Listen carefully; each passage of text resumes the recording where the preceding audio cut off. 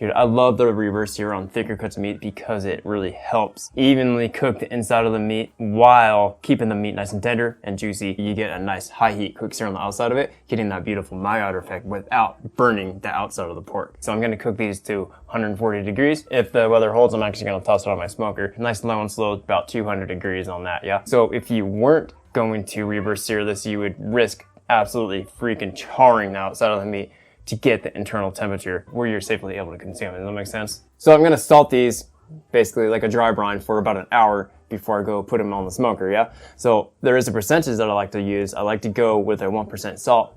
In order to figure that out, you kind of need to weigh these out. So get yourself a digital scale, weigh it in grams, calculate 1% off of that. You could go 1% to 1.5, and then that's gonna be the amount of salt you're gonna need per chop. Otherwise, you just kind of do by eye, whatever your salt tolerance is, but I kind of like giving people numbers to go off with, and you can adjust from there for your specific taste. That makes sense. Including the salt, I'm gonna put together a little spice blend, super easy, paprika, chili powder, onion powder, garlic powder, right?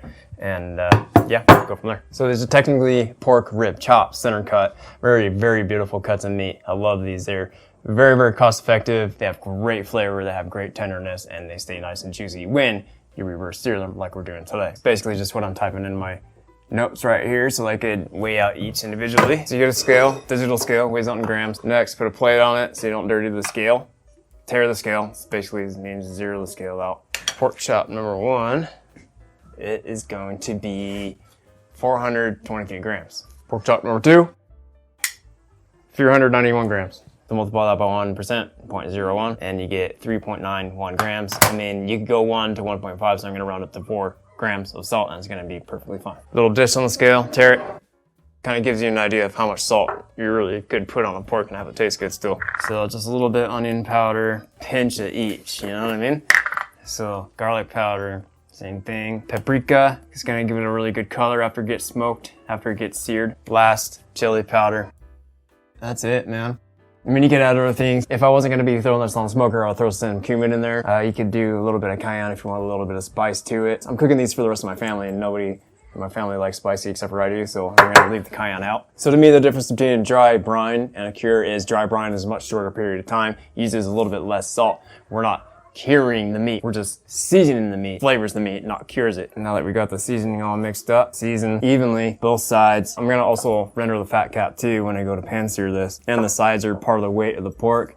Don't necessarily need to get the bone.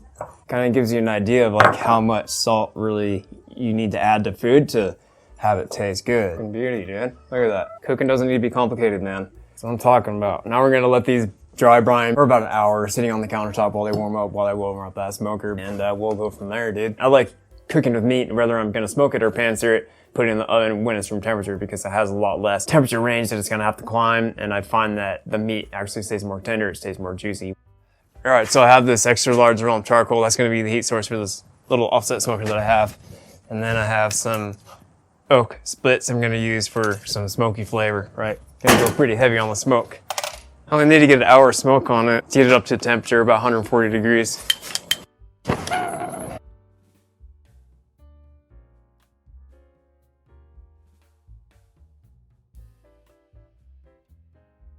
I want to have about 200 degree, 225 at the highest on this. Farthest position away from the firebox that I possibly can. That's going to get the best kind of like smoke airflow right about here. I figured out on this smoker. That thermometer set, we're just going to keep managing that fire, adding charcoal, adding wood every 30, 45 minutes or something like that. Beeper's going off, 140 degrees. Took about an hour and a half, man. Not bad. Beautiful smoke color on there. Smells incredible. Can't wait to finish these off, dude. So now we got to get that cast iron skillet warmed up. Medium high heat. We're going to get a high heat, quick sear on the outside of those pork rib chops. Nice Maillard effect, delicious flavor, umami. Fucking good, man. Let's go.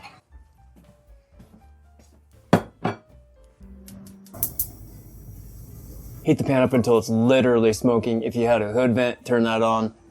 Open a window, open a slider. You gotta do what you gotta do, because this is gonna smoke out your house really bad. You need to get a high heat quick sear on this for it to work. It only makes sense to use some lard to finish these off with, man. Like I was saying outside, you wanna sear this fat cap first. Put it right on the side, right there. It's a big enough pan that we're gonna be able to drop both of these chops in. And they're already warm too, so you're not worried about dropping the temperature of the pan too much either. Render out some of the fat on that fat cap. Just like that. Get some color on her. This is really only gonna take like 45 seconds to a minute per side. So I'm gonna get a little bit of fat on that side of the chop. I want to get some flavor out of the spices that I put on there, but I don't want to burn them. I mean, just looking for some color like that, dude. That's it.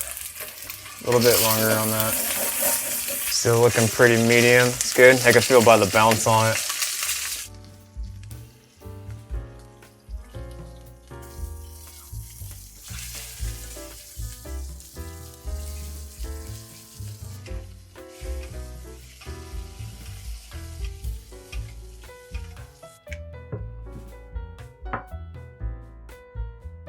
Let's go ahead and dig in one of these bad dogs, dude. Let them rest for a couple minutes. Boom. Smells so good. Smoky. You can smell the spices on it. It's a moment of truth. Ooh, look at that. Beautiful. This recipe is super easy to bang out. If you don't have a smoker, go ahead and put it in the oven, 225 degrees, something like that. Smoky, flavorful, tender, juicy, amazing.